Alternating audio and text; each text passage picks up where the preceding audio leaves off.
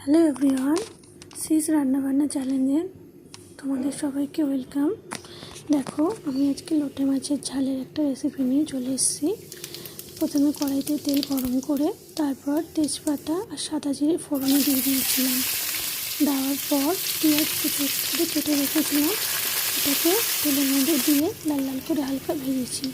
ভাজার পরে ওই তেলে স্লাইস করে আলু কেটে রেখেছিলাম পাতলা পাতলা করে, সেটাও দিয়ে ভালো করে ভাজা ভাজা করে নেব। আলুটা একটু তেলে ভেজে নেব, খেতে ভালো লাগবে।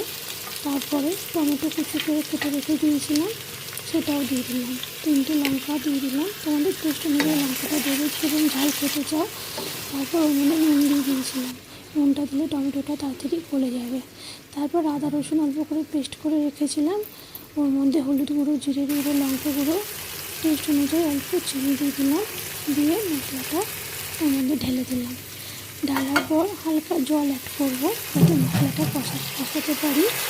কষিয়ে দেখো, প্রথমে হাই ফ্লেম, তারপরে ফ্লেমটা লো করে ভালো করে মশলাটা কষিয়ে নেবো। যতক্ষণ না তেল ছাড়বে ততক্ষণ মশলাটা কষিয়ে নেবো। দেখো, তেলটা ছেড়ে দিয়েছে মশলা থেকে, দেখতেই পাচ্ছ।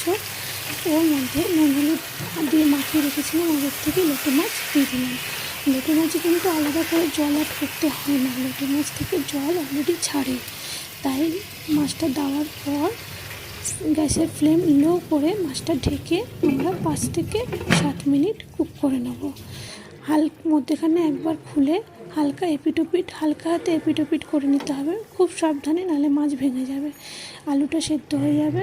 তারপরে ওর মধ্যে ধনে পাতা কুচনো করে কেটে রেখে দিয়েছিলাম, সেটাও দিয়ে দিলাম। দেওয়ার পর দেখো, আমার লোটে মাছের ঝাল রেডি।